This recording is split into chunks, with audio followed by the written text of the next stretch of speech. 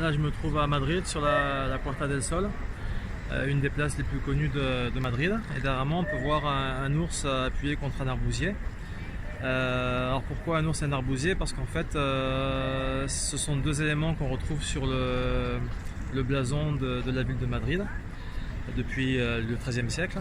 Et pourquoi un ours? Alors parce qu'en fait, à cette époque, il y avait pas mal d'ours dans la campagne autour des villes.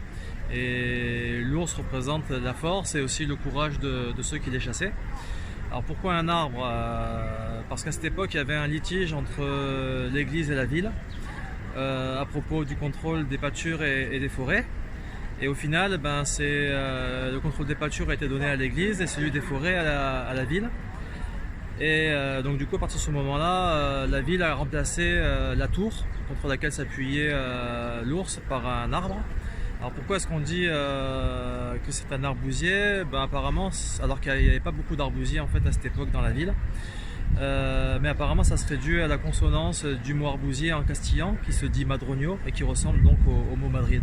Voilà. Sinon sur le blason, il manque aussi deux autres éléments, la couronne royale et cette étoile qui représente la petite ours ou la grande ours. Voilà pour l'histoire.